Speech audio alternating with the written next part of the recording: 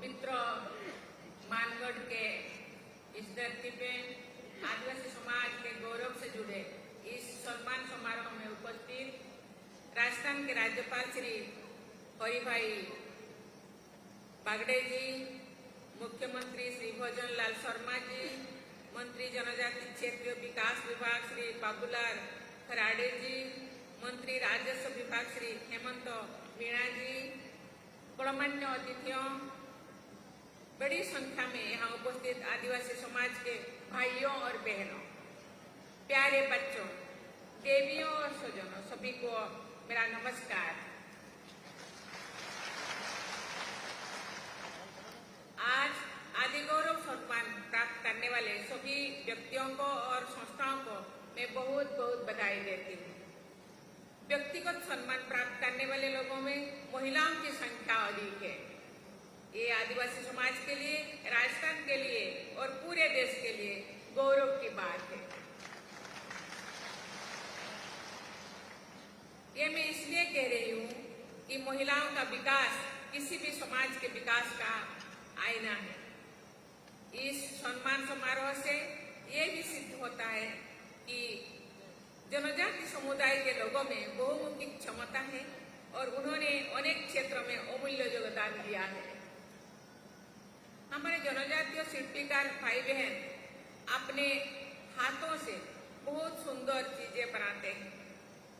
यहाँ के बनफूल स्टूडियो का जितना सुंदर नाम है उतना ही सुंदर काम है। मैं जब यहाँ आ रही थी उसके पहले जनजाति समाज के और अलग अलग संस्था के एग्जीबिशन मैंने देखा।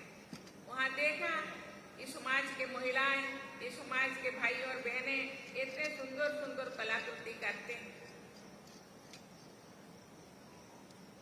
ट्राइफेड तथा अन्य संस्थाओं द्वारा जनजातीय भाई बहन द्वारा बनाए गए उत्पादों को बाजार तक पहुंचाने के प्रयास की मैं बहुत बहुत सराहना करती हूँ। जनजाति बोल गांव में बच्चों को अनौपचारिक शिक्षा और पोषण प्रदान करने के लिए स्थापित मारवाड़ी समूह की स्नेही माताएं और प्यारे बच्चों से मिलकर मुझे बहुत खुशी हुई है। जनजातीय समुदाय में लोकप्रिय खेलों, तीरंदाज और लक्रोस के बारे में खिलाड़ियों से बात करके मुझे बहुत प्रसन्नता हुई है।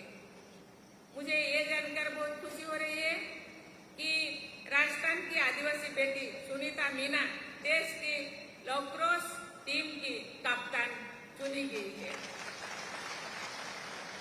राजस्थान के जनजाति समाज के बेटे और बेटियां खेलकूद की राष्ट्रीय और अंतर्राष्ट्रीय प्रतियोगिताओं में आदिवासी समाज का, राज्यों का और देश का गौरव बढ़ा रहे हैं। उनमें से कई खिलाड़ी यहाँ उपस्थित हैं। राज्य के सभी खिलाड़ियों को मैं शाबाशी देती हूँ। यहाँ स्वयं सहायता समूह से जुड़े राजीविका सखियां बड़ी संख्या में मौजूद है। उनके अमूल्य योगदान के लिए मैं उनकी विशेष सराहना करती हूँ। इस कार्यक्रम में राजीविका सखियों की प्रतिनिधि बहनों को चेक प्रदान करके मुझे बहुत खुशी हो रही है। जिन बहनों ने चेक पाए उनको तो मैं सराहना करती हूँ। जिन बहनों ने आगामी दिनों में चेक पाने के लिए योग्य होंगे वो अभी से अपना प्रयास जारी रखे, उनको भी आगामी दिन में जरूर चेक मिलेगा। इसीलिए सभी बहनों को मैं आग्रह करती हूँ अपना काम, अपना व्यवसाय और जारी रखे और उत्कृष्ट से उत्कृष्ट काम करे, वो भी चेक पाने का हकदार बने। जनजातीय नृत्य में सहजता और ऊर्जा होती है। मैं यहाँ जब आ रही थी तो जनजातीय भाइयों और बहनों में अपना नृत्य प्रदर्शन कर रहे थे। आज प्रस्तुत किए गए नृत्यों को देखकर मैं अभिभूत हुई हूँ। मैं सभी कलाकारों को प्रशंसा करती हूँ। राज्य सरकार के कृषि विभाग की योजनाओं से आर्थिक रूप से लाभान्वित होने वाले हजारों लाभार्थियों को मैं बहुत बहुत बधाई देती हूँ।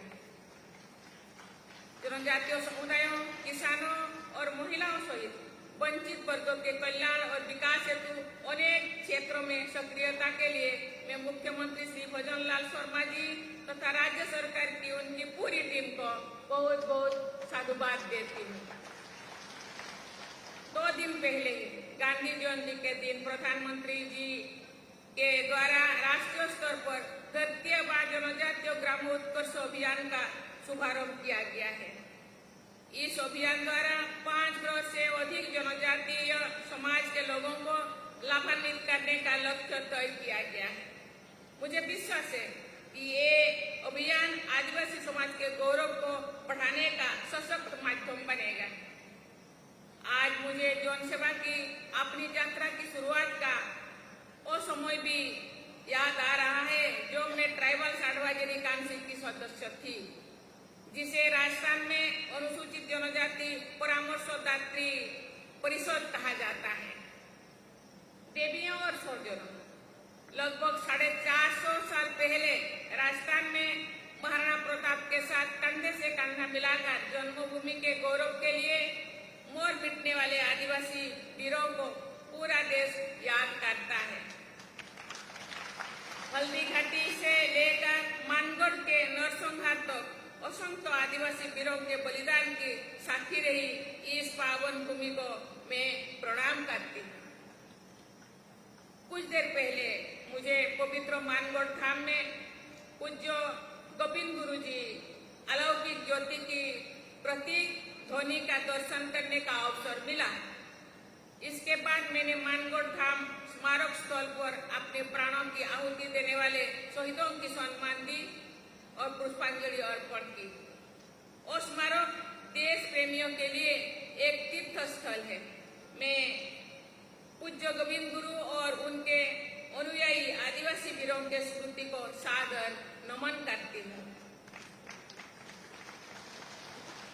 आने वाले 30 अक्टूबर के दिन हर साल की तरह हम सब गोविंद गुरु जी की पुण्यतिथि मनाएंगे। उसके बाद भगवान बिरसा मुंडा की जयंती के दिन 15 नवंबर को सभी देशवासी जनजातीय गौरव दिवस मनाएंगे। पिछले कुछ वर्षों में जनजातीय गौरव के बारे में देश भर में एक नई चेतना का संचार हुआ है। मैं धन्यवाद देना चाहती हूँ माननीय मुख्यमंत्री को जी। इस गुरु गोविंद सिंह के जो ध्वनि मंडप है उसके लिए 5 करोड़ रुपए उसको और भी अच्छा विकास करने के लिए, अच्छा बनाने के लिए वो यहाँ हम लोग के सामने वो डिक्लेयर किए हैं। हमारे देश में गुलामी की मानसिकता को समाप्त करने का राष्ट्रीय लक्ष्य तय किया गया है। ये उल्लेखनीय है कि जनजातीय समाज के लोग गुलामी की मानसिकता से हमेशा मुक्त रहे हैं। इस पावन धरती पर मानगढ़ आंदोलन से जुड़ा आत्मसम्मान से भरा हुआ भील समुदाय का एक गीत याद आता है। भुरेटिया नहीं मानू रे नहीं मानू, दिल्ली में मारी गाड़ी है, बणेश्वर मारो लिखो है, मानगढ़ मेरा झगड़ो है, नहीं मानू रे नहीं मानू। अर्थात अंग्रेज तेरी बात में नहीं मानू नहीं मानू। दिल्ली में मेरा आसन है, बणेश्वर मेरा ग्रंथ है, मानगढ़ मेरा ऐलान है। अंग्रेज तेरी बात में नहीं मानू नहीं मानू। ये गीत स्वाधीनता संग्राम के दौरान एक बहुत बड़े क्षेत्र में जनजातीय समाज के आत्मविश्वास का उद्घोष रहा था। 17 नवंबर 1913 हमारे स्वाधीनता संग्राम तथा जनजातीय आंदोलन की एक अत्यंत दुखद तारीख है। उस दिन इस मानगढ़ धाम में अंग्रेजों ने भील समुदाय के 1500 से अधिक बहादुरों की निर्मम हत्या कर दी गई थी। उस गौरवशाली बलिदान के बारे में पूरे देश के लोगों को, विशेषकर युवाओं को जानकारी होनी चाहिए। शौर्य गाथाएं शिक्षा का अभिन्न अंग होते हैं। उन छात्रावासों में देवियों और सजनों, मुझे ये जानकर बहुत प्रसन्नता हुई है कि बांसवाड़ा जिले में जनजातीय छात्र छात्राओं के लिए 6 तथा पूरे राज्यों में 30 एकलव्य मॉडल रेसिडेंशियल स्कूल संचालित किए जा रहे हैं। राजस्थान सरकार के जनजातीय क्षेत्रीय विकास विभाग द्वारा लगभग 450 से अधिक आश्रम छात्रावास संचालित किए जा रहा है। उन छात्रावासों से निःशुल्क आवास, भोजन, कपड़े तथा अन्य सुविधाएं दी जा रही है। मैं सभी भाई बहनों को मैं आग्रह करना चाहती हूँ, अनुरोध करना चाहती हूँ, अपने बच्चों को स्कूल भेजिए, शिक्षा दिलाइए, क्योंकि शिक्षा ही ऐसे विकास की कुंजी है। शिक्षा होने से ये बच्चे आगे बढ़ेंगे, समाज आगे बढ़ेगा, देश आगे बढ़ेगा। इसके अलावा राज्य सरकार द्वारा अनेक आदर्श विद्यालय, छात्रावास तथा स्पोर्ट्स हॉस्टल भी संचालित किए जा रहे हैं। मैं यहाँ आने से पहले स्पोर्ट्स से जुड़ी बहुत सारे बच्चों को, स्टूडेंट्स को मैंने मिली। उन्होंने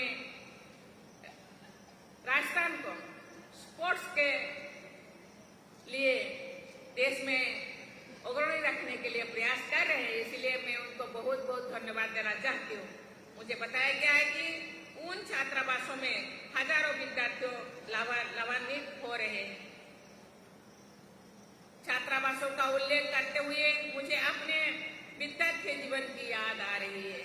कक्षा 7 तो अपने गांव में पढ़ाई करने के बाद मैंने भुवनेश्वर जाकर आगे की पढ़ाई पूरी की थी। यदि छात्रावास की सुविधा नहीं मिली होती तो शायद मेरी आगे की पढ़ाई मुश्किल से हुई होती या उसमें रुकावट भी आ सकती थी। इसलिए आज मैं आपके सामने खड़ी हूँ तो केवल शिक्षा के बल पर। इसीलिए मैं सबको आग्रह करना चाहती हूँ, अनुरोध करना चाहती हूँ, बच्चों को शिक्षा दिलाइए, स्कूल भेजिए, कॉलेज भेजिए, क्योंकि सरकार जनजातियों का साथ है, उनके साथ खड़े हैं। जनजाति समाज कैसे आगे बढ़े, हर क्षेत्र में आगे बढ़े, इसीलिए सरकार चिंतन करते हैं। इसीलिए सरकार तो चिंतन हम लोगों को भी चिंतन करना चाहिए, हम लोगों को भी कदम आगे बढ़ाना चाहिए।